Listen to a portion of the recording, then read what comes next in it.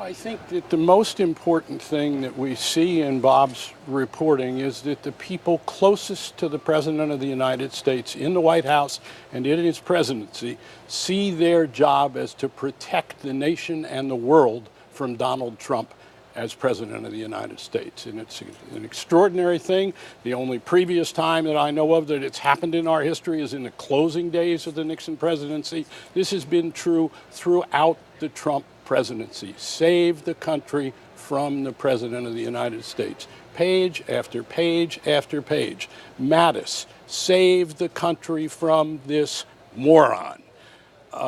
Gary Cohn, taking papers off the president's desk, save the country from what he might do.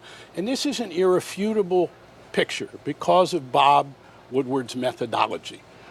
Which is to go exhaustively to source after source after source. And unlike those of us doing these stories day after day on the air and giving little pieces, what Bob has done, going back to the tradition that we've seen through all of the books that he's worked on, is to put a coherent, complete narrative together that is absolutely undeniable. And in this case, buttressed with notes, with memoranda, with actual quotes that go on and on and on. So there is not an element of this that the President of the United States can call fake news or fake book.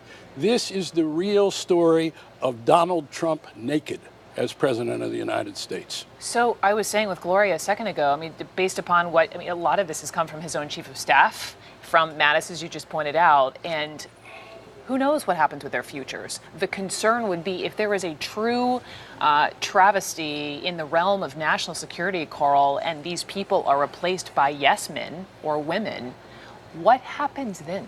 Well, what happens when the person isn't there to swipe off? The first thing is, if this is not a warning sign going off to the Congress of the United States, to the Republicans of the Congress of the United States, saying, first of all, we must protect Mueller's investigation. Secondly, we cannot blindly follow this president and his incompetency, which is a theme throughout this book, and his recklessness and his disconcern for the national interest in favor of his own interest. It is time for the Republicans to say, the Trump presidency is a national emergency, and it is up to us, both parties, to treat the Trump presidency as a national emergency.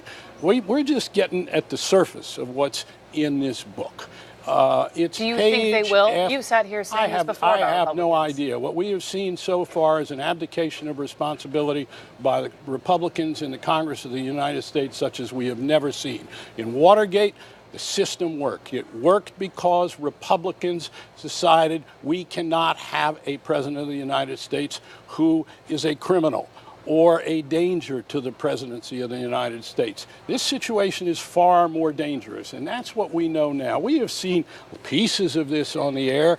Many people have reported on pieces of this, including descriptions that perhaps all of us have used on the air from our sources saying the president is unhinged. Here we see and hear his aides by name, day after day after day, say the president is unhinged. He is a rageaholic.